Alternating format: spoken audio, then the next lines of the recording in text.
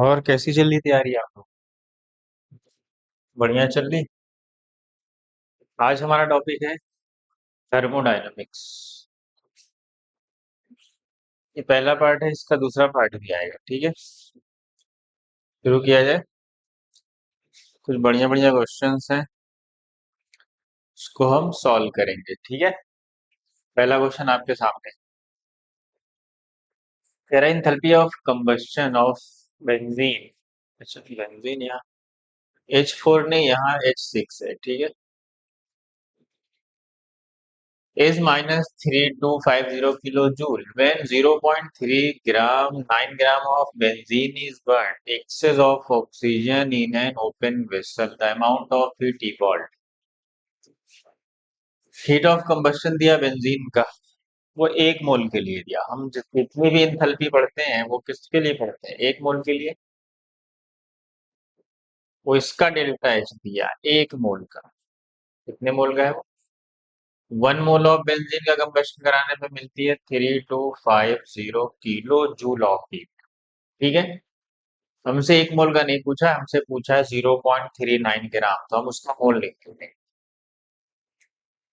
मोल क्या होगा? 0.39। बेंजीन का मोलार मास C6H6 कितना होगा? 12 6 72 और 678, ये आएगा। बस हमें इतने मोल का चाहिए, तो बस क्या करो, इससे मल्टीप्लाई कर दो और कुछ मत करो, सीधा सीधा मल्टीप्लाई कर दो।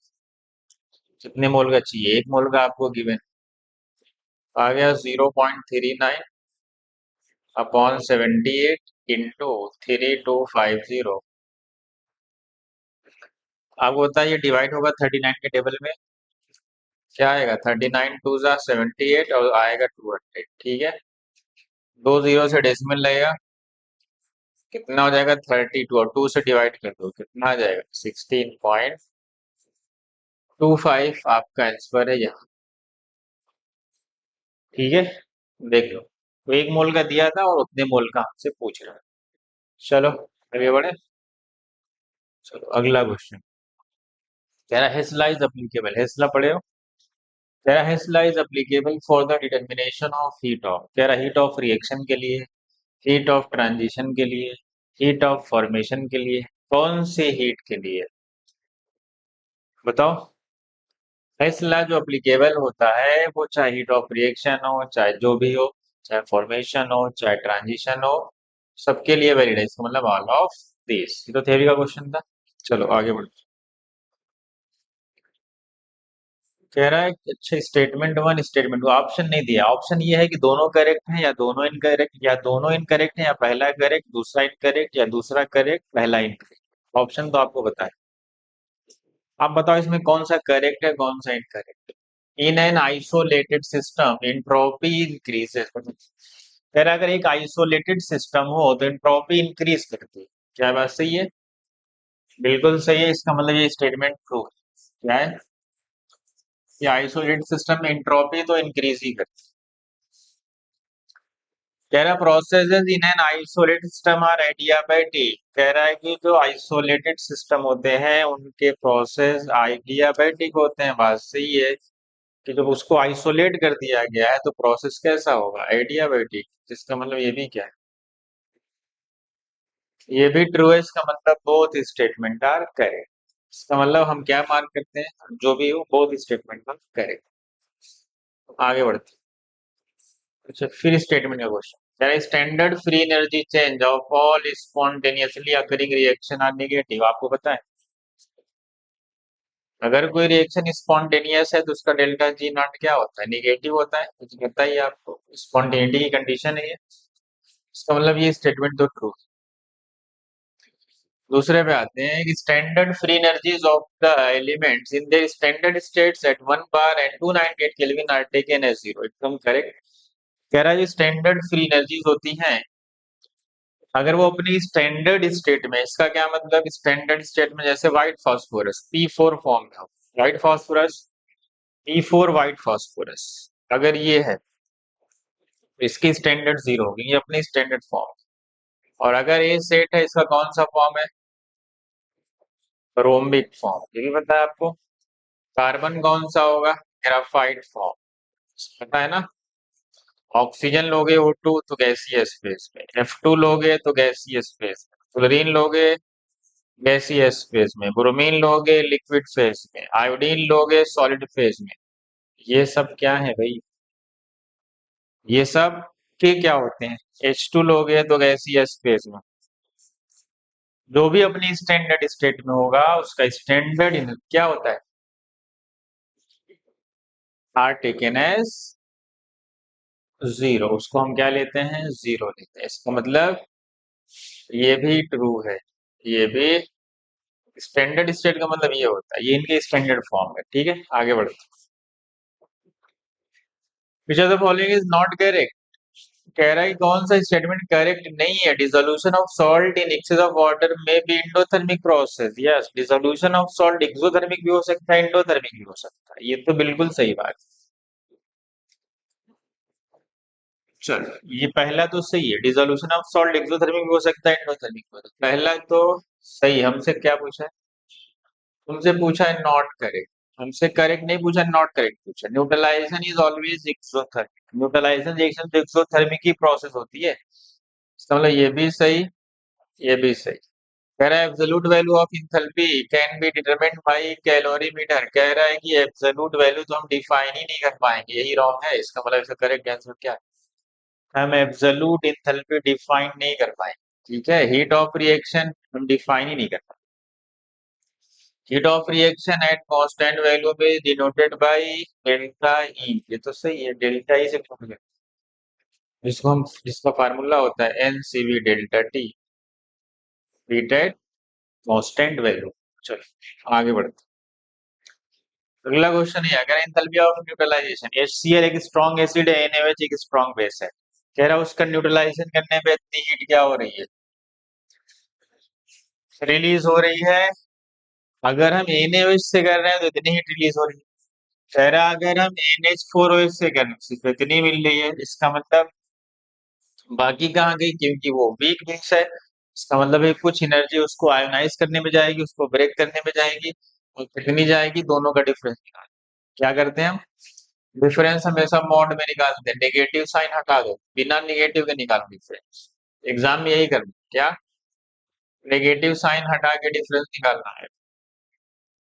मैग्नीट्यूड हम लेते हैं, ठीक है, मैग्नीट्यूड का डिफरेंस, दोनों के मैग्नीट्यूड का डिफरेंस ले लेना, वही उसका आंसर आ जाएगा। कितना आ रहा है बताओ? 4 पॉइंट समथिंग आ रहा है, 4.50। और आयोनाइजेशन इथैल्पी है तो पॉजिटिव में ही रहेगी। किसी को आयोनाइज करना है तो हमें एनर्जी देनी पड़ती है। देनी पड़ती है तो मतलब प्रोसेस इंडोथर्मिक जैसा होगा तो उसकी वैल्यू तो पॉजिटिव ही आएगी। ठीक है, ऐसे भी देख सकते हैं। समझ गए? आगे बढ़ते हैं। अगला क्वेश्चन है, अगर enthalpy of formation of ammonia इतना है तो डेल्टा एच इस रिएक्शन का क्या होगा? फॉर्मेशन क्या होता है? 1 मोल। फॉर्मेशन कैसे होगा? वो अपने स्टैंडर्ड स्टेट में सब। फॉर्मेशन का मतलब है कि N2 प्लस 3/2H2, हमें सिर्फ 1 मोल अमोनिया बनाना है। फॉर्मेशन का मतलब क्या बनाना है? 1 मोल अमोनिया। 1 मोल का मतलब यहाँ क्या लगाना पड़ेगा? हाफ। इसकी आपको डेल्टा एच दी हुई है। एक फॉर्मेशन का मतलब है कि हमें एक ही मोल बनाने रहते हैं, और आपको डेल्टा एच की वैल्यू गिवन है। कितनी दी है? -46। हमसे पूछा किसका है? हमसे कह रहा है इस रिएक्शन की क्या होगी। इस रिएक्शन की ये है, बताओ इस रिएक्शन से ये रिएक्शन ऑब्टेन कैसे होगी? अगर मैं इस रिएक्शन को रिवर्स कर दूं और फिर उसको डबल कर दूं, फिर 2 से मल्टीप्लाई कर दूंगा तो यही बन जाएगी। इस रिएक्शन को क्या किया जाएगा? रिवर्स। क्या किया जाएगा? रिवर्स करो एंड क्या कर दो? And multiply by 2। उसको आप रिवर्स करें और 2 से मल्टीप्लाई करें। रिवर्स करेंगे तो साइन बदल जाएगी। इसको रिवर्स करो, 2 से मल्टीप्लाई करो, ये इक्वेशन फॉर्म हो जाएगी। रिवर्स करने पे साइन प्लस हो जाएगी, इंटू 2 से मल्टीप्लाई करना पड़ेगा, फिर आ जाएगा 92। ऑप्शन है यहाँ सी ऑप्शन करेक्ट। आगे बढ़ते हैं। अगला क्वेश्चन है, ये कह रहा है standard enthalpy of formation of octane is this, calculate the enthalpy of combustion of C8H18, the enthalpy of formation CO2 and H2 दिया हुआ है। आपसे पूछा क्या है? इंथैल्पी ऑफ कंबस्शन, पहले उसकी कंबस्शन रिएक्शन लिखनी पड़ेगी। कितना है? C8H18, ठीक है। कंबस्शन रिएक्शन ऑक्सीजन से रिएक्शन करानी पड़ेगी। क्या बनाएगा? जितने कार्बन उतने ही CO2। कितने CO2? 8 CO2, यही तो बनता है। और जितने हाइड्रोजन इसके हाफ वाटर, 9H2O। अब वाटर को बैलेंस कर सकते हैं। 8 2 16, 16 और 9 कितना होता है? 25। यहाँ आप लगा सकते हैं 25/2। तो हमसे इंथैल्पी ऑफ कंबस्शन पूछा, अब निकाल लो डेल्टा H। क्या होगा बताओ? इस रिएक्शन को देखो और बताओ क्या आएगा। कितने CO2 बने? 8। 8 इंटू इंथैल्पी ऑफ CO2 कितनी है? CO2 की इंथैल्पी यहाँ दी हुई है कितनी? -394 प्लस 9 मोल वाटर है, -286।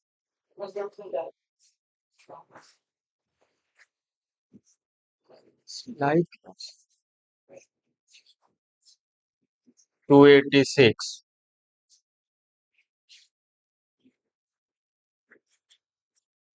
ये हो गया आपका प्रोडक्ट। माइनस रिएक्टेंट में क्या है? रिएक्टेंट में है आपका C8, ये। और ये तो स्टैंडर्ड स्टेट में इसका तो 0 होगा।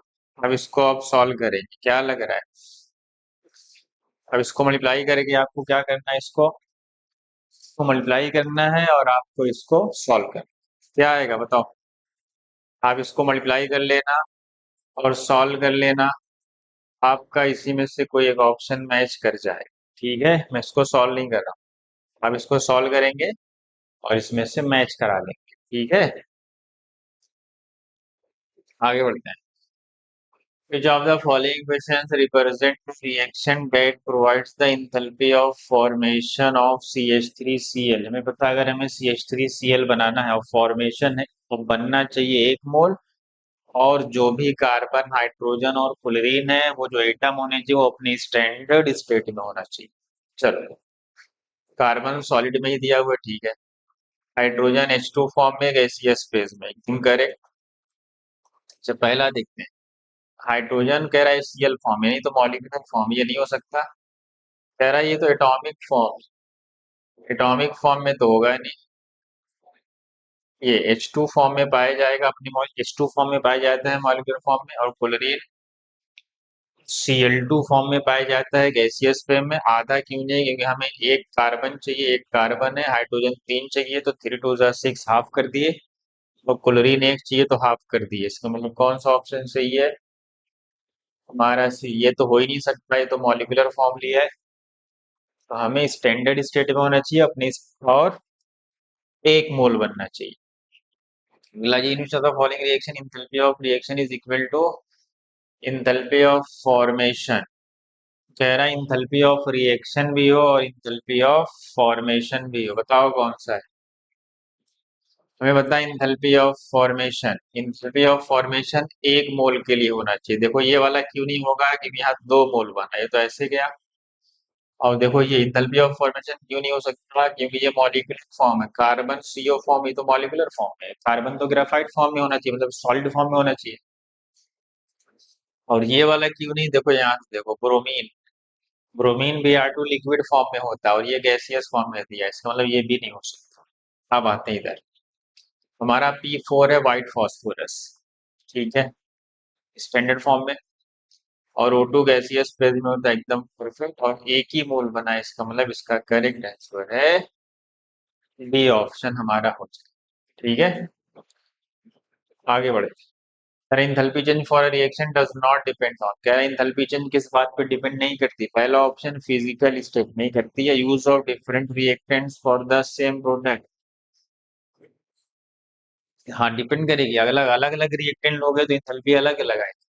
तो कह रहा है हाँ ये गड़बड़ है कि number of intermediates reaction step इस बात पे डिपेंड ही नहीं करती कि कितने स्टेप में वो रिएक्शन कंप्लीट हुई। इस बात से कोई लेना देना नहीं है इंथैल्पी चेंज का। डिफरेंस इज इनिशियल और final temperature of involve substance, ठीक है। टेम्परेचर पे तो डिपेंड नहीं करेगी, इंथैल्पी है। समझ गए? आगे बढ़ते। कह रहा है 18 gram of ice is converted into water at 0 degree. कह रहा है आइस है मतलब H2O है, किस फॉर्म में? आइस। कह रहा है कन्वर्ट हो किसमें? H2O लिक्विड मतलब वाटर। हमसे पूछा क्या? Enthalpy change. कह रहा है इस प्रोसेस में कितना इंथैल्पी चेंज है। ठीक है, ये इक्विलिब्रियम पे है, इसका मतलब मान लेते हैं ये दोनों एक दूसरे के साथ इक्विलिब्रियम पे, तो डेल्टा जी जीरो मान लिया जाएगा। पहला काम हमारा डेल्टा एस निकाल। Delta S of the reaction क्या होगी इसकी? इसका डेल्टा एस क्या होगा? Product minus reactant. प्रोडक्ट है कितना दिया हुआ, इंट्रोपी यहाँ दी हुई थी प्रोडक्ट की, और ये रिएक्टेंट की, तो क्या करेंगे 60 माइनस 38.2, इसको सॉल्व करेंगे तो कितना आएगा 11.8। ये हमारे पास इंट्रोपी चेंज है। हमें ये रिलेशन पता है कि delta G is equal to delta H minus T into delta S. Delta G को जीरो करो, टी डेल्टा एस उधर शिफ्ट करो, इधर आपका आ जाएगा डेल्टा एच, तो यहाँ से आपका डेल्टा एस आ जाएगा। क्या आ जाएगा? डेल्टा एच बाई टी आ जाएगा। और डेल्टा एच आपको दिया हुआ है, अच्छा डेल्टा एच आपसे पूछा है, डेल्टा एच ही पूछा है, तो direct T into delta S कर दो। टी कितना है? 0 डिग्री। 0 डिग्री का मतलब 273, और ये कितना है डेल्टा एस? 11.8। ये आपका आ जाएगा डेल्टा एच। अब आप इसको मल्टीप्लाई कर लेंगे, आपका आंसर आ जाएगा। ठीक है, ये आपके जिद में छोड़ते हैं कि इसका आंसर क्या है। ठीक है, इसका आंसर मुझे लग रहा है ए आएगा सॉल्व होगा, क्योंकि पॉजिटिव नहीं दिख रहा है, ये वैल्यू बहुत छोटी है और ये वैल्यू बड़ी है। ए आएगा शायद, आप इसको सॉल्व करके क्रॉस चेक कर लीजिए। which of the following condition regarding a chemical process your कह रहा है कि ऐसा रिएक्शन जो हर टेम्परेचर पे स्पॉन्टेनियस होगा, एवरी टेम्परेचर। बताओ कौन सी कंडीशन पे होती है? अगर डेल्टा जी नेगेटिव आएगी ऑलवेज, कब ये नेगेटिव ऑलवेज आएगी? ये तब आएगी जब ये नेगेटिव रहे और डेल्टा एस पॉजिटिव रहे, इसी पे आ सकती है। अगर ये नेगेटिव रहे और ये पॉजिटिव रहे, ये नेगेटिव हो ये पॉजिटिव होगा, तो positive into negative always negative, तो ये दोनों नेगेटिव रहेंगे तो ये हमेशा नेगेटिव आएगा, मतलब ऑलवेज स्पॉन्टेनियस। मतलब डेल्टा एच नेगेटिव हो और डेल्टा एस पॉजिटिव हो, डेल्टा एच निगेटिव हो और डेल्टा एस पॉजिटिव, मतलब delta H less than zero, delta S greater than zero. अगला क्वेश्चन है ये, identify the correct statement regarding entropy. Sir इसमें से कौन सा स्टेटमेंट करेक्ट है रिगार्डिंग एंट्रोपी?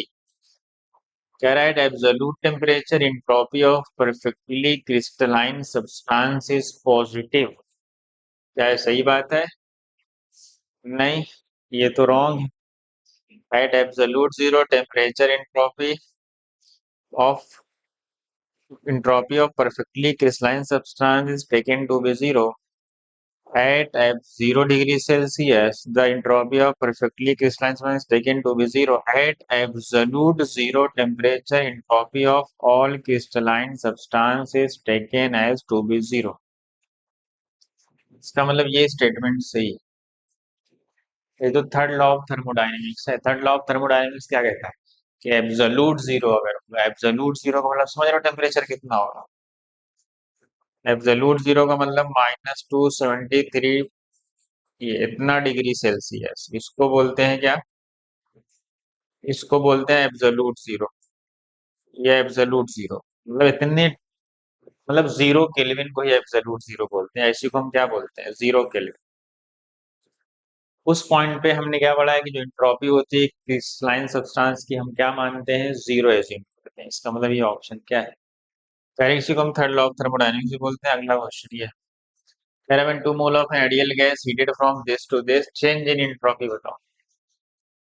कौन सा प्रोसेस है? Isobaric process. बताओ एंट्रोपी चेंज क्या होता है? N C P L N T2/T1, ये फार्मूला है। एन कितना है? 2 मोल, 2 लिखो।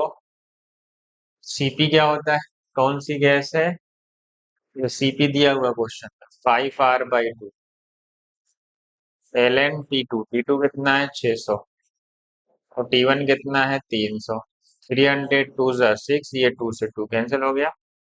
क्या आया 5R ln 2, 5R ln 2 यहाँ तो फार्मूला वेस्ट था, आप कर सकते थे। आगे बढ़ते, कह रहा है predict which of the following reaction has a negative entropy change. बताओ इसमें किसका एंट्रोपी चेंज नेगेटिव आएगा।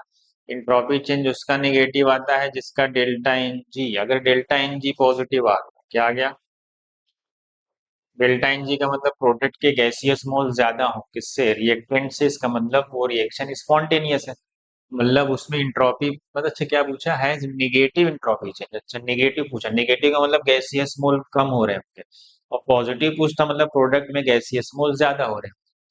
अब देखो किसमें प्रोडक्ट में गैसियस मोल कम हो गए हैं तो उसकी इंट्रोपी चेंज नेगेटिव मान ली जाएगी। चलिए इधर देखते हैं, 1 मोल और 2 मोल ऑक्सीजन, पहले वाले का डेल्टा एन जी, पहले वाले का डेल्टा एन जी क्या आ रहा है, इधर प्रोडक्ट में सिर्फ एक गैस, ये तो लिक्विड है, एक गैसियस मोल है तो 1 - 3, ये तो लेस देन 0 आ रहा है, इसका मतलब ये तो सही है, इसका एंट्रोपी चेंज निगेटिव आए।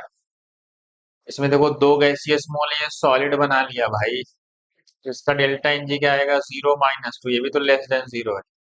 तीसरे वाले में सॉलिड था गैस बन गया, देखो तीसरे वाले में डेल्टा एन जी क्या आ गया 1 - 0, ये तो ग्रेटर देन 0 होगा, प्रोडक्ट के गैसियस मोल माइनस रिएक्टेंट के गैसियस मोल, तो कौन सा ऑप्शन सही है, पहला और दूसरे के इंट्रोपी चेंज निगेटिव है। आगे बढ़ते हैं, ये क्वेश्चन है 1 mole of ideal gas undergoes change of state from this with change in internal energy this, पूछ रहा है चेंज इन एंथैल्पी बताओ। क्या पढ़े हो, relation delta H equal to delta U plus P2V2 minus P1V1। Delta U कितना दिया हुआ आपको, इंटरनल एनर्जी का चेंज कितना है भाई 30 लीटर एटीएम, और ऑप्शन भी किसमें देना है, लीटर एटीएम में ही देना है, तो कोई दिक्कत की बात नहीं, तो चेंज करने की जरूरत ही नहीं, जूल में होता तो कन्वर्ट। चलो लीटर एटीएम हो गया। चलो P2V2 कितना है 7 × 2 माइनस P1V1 कितना है 2 × 3, ठीक है। ये P2V2 है, ये इनिशियल है ना, इनिशियल ये है और आपका फाइनल ये है, ठीक है। 14 आ गया, 14 - 6 कितना आया 8, 30 + 8 कितना आएगा 38, तो कौन सा ऑप्शन है, बी ऑप्शन करेक्ट। आगे बढ़ते हैं, फॉर द रिएक्शन, अच्छा PCl5, अच्छा यहाँ क्या बना होगा, यहाँ पे PCl3 भी है, ठीक है। कह रहा है कि किसका हमें पढ़ा है डेल्टा एच का फार्मूला, क्या पढ़े हो delta U plus delta N G R P, अगर डेल्टा एन जी पॉजिटिव आ गया इसका मतलब डेल्टा एन जी अगर पॉजिटिव आया मतलब डेल्टा एच बड़ा है किससे, डेल्टा यू से, क्यों, क्योंकि डेल्टा एच की वैल्यू डेल्टा यू प्लस है मतलब डेल्टा यू से बड़ी है। तो बताओ डेल्टा एन जी की वैल्यू प्रोडक्ट में गैसियस मोल 2 है, रिएक्टेंट में 1 है, हमारी डेल्टा एन जी की वैल्यू 1 आ रही है मतलब पॉजिटिव, मतलब डेल्टा एच बड़ा होगा किससे, डेल्टा यू से। आगे बढ़ते हैं, फिर what is the final temperature of 0.1 mole of a monoatomic ideal gas that performs 75 calorie of work adiabatically initial temperature. बताओ वर्क डन का फार्मूला क्या होता है एडियाबेटिक का, ये तो पता होगा ना आपको, डायरेक्ट NCV T1 - T2, इस फार्मूले को डायरेक्ट यूज कर लेते। वर्क डन दिया है 75 कैलोरी, ध्यान देना कैलोरी में दिया है, इसकी यूनिट ध्यान मतलब आर को हम कैलोरी में रख देंगे, आर यहाँ पे कैलोरी में ही दिया। ठीक है, ना दिया तो भी दो ही रखते हैं। कितना मोल लेना है 0.1, कौन सी गैस है मोनोएटॉमिक, मोनोएटॉमिक गैस का सीवी कितना होता है सबको पता है, सीवी कितना होता है 3R/2। T1 कितना है, T1 है 227, T1 का मतलब ये, T1 आपको 227 दिया मतलब इसको केल्विन बनाओगे तो 500 आएगा माइनस T2। अब इसको सॉल्व करेंगे तो R की वैल्यू 2 रखनी है, तो इससे ये क्या होना है कैंसिल हो जाना है, तो मैं इसको अगर 3 से डिवाइड कर दूं तो कितना आ जाएगा 25, और अगर मैं इसको नीचे लेके आऊंगा 0.1 से तो ये सॉल्व हो गया आ जाएगा 250, क्या आ जाएगा ये सॉल्व, 0.1 से डिवाइड करोगे तो 250 हो जाएगा, इधर आ जाएगा 500 माइनस T2 इधर आएगा, 250 इधर चला जाएगा, तो हमारी T2 की वैल्यू आ जाएगी कितनी, 250 केल्विन। देख लो कहाँ ऑप्शन करेक्ट, हमारा ऑप्शन यहाँ पे। ठीक है, चलो आगे बढ़ते हैं। अगला क्वेश्चन ये कह रहा है 2 mole of ideal gas at इतना डिग्री एक्सपेंड आइसोथर्मली इतना इतना वर्क डन। वर्क डन मतलब आइसोथर्मल का क्या होता है, -2.303 NRT लॉग बेस 10, क्योंकि मैंने बाहर 2.303 ले लिया, लॉग बेस 10 क्या लिखेंगे, V2/V1, क्योंकि एक्सपेंशन हो रहा है ना तो वर्क डन नेगेटिव आएगा, सब नेगेटिव में दिया।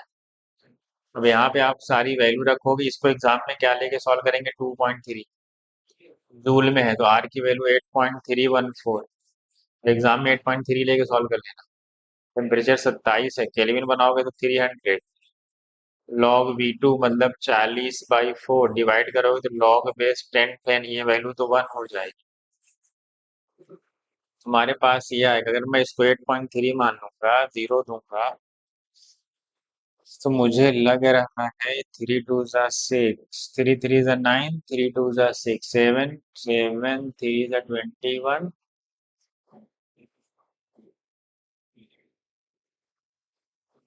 क्या आता हुआ दिख रहा है भाई, 2 0 हटाओ, उसको हटाओ, 3 24। मुझे लग रहा है बी ऑप्शन आएगा, सॉल्व करके आप किलो जूल है, किलो जूल में ध्यान देना, ये हमारा जूल में आएगा, उसको 1000 से डिवाइड करना पड़ेगा, आंसर आ जाएगा।